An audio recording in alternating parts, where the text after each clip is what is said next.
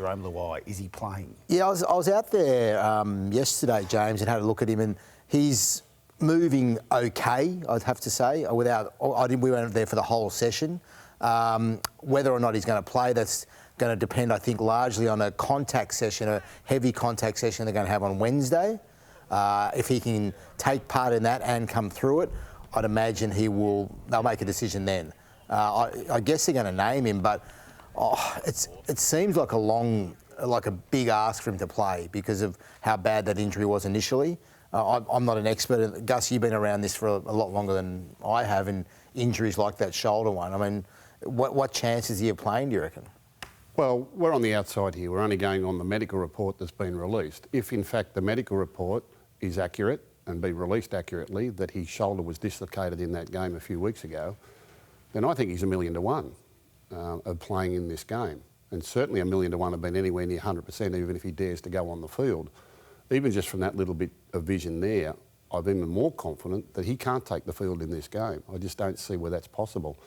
Whether they're just throwing up a smoke screen. If he does, it's a medical mystery. They should be told how they did it because everyone would like to know how they got him ready in that short space of time.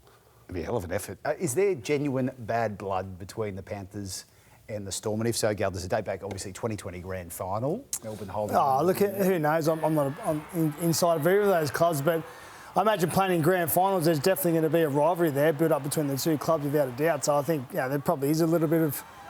Certainly rivalry where there's bad blood. I doubt there's bad blood. A lot of the Melbourne players probably moved on from back then either, besides Munster. So, I don't know if there's bad blood or not. But at the end of the day, it's going to be a great game. They're two great teams. They've been two of the best teams probably over the last, certainly 5 years. The Melbourne have been probably one of the better teams the last probably 10 to 20 years. So they've been a fantastic club. But it's going to be a good game. I just can't see Penrith losing this game. I thought Melbourne on the weekend...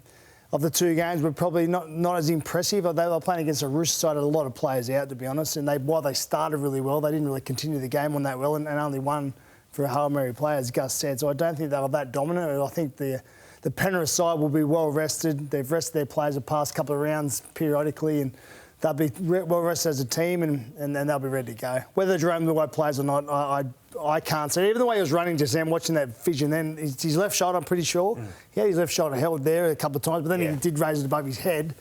So you can see a bandage or something. You just even watch the way he's running here, the way he sort of puts it. See, look, watch the way he's running there. It's sort of like he's holding it a little bit. So I'm with Gus. Look, to dislocate a shoulder, and you've got to remember, I'm pretty sure the shoulder was still dislocated as you walked off the field, so I never went straight back into place, which means it would have had to be put back in by a doctor.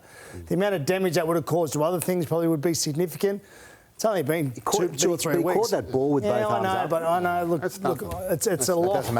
What he's doing there is a long way off playing a game of rugby league. That's going to be a hell of a lot different to put your arms up and catch Ellie Couture when he comes charging out the edge of the ruck. Yeah, well, Justin Olam. Look, he's a tough kid. He's from the Bronx. He's a tough kid. And if anyone can do it, he'll have the heart and the courage to do it. But his shoulder was dislocated 3 or 4 weeks ago. You just don't get back in that time. You just can't.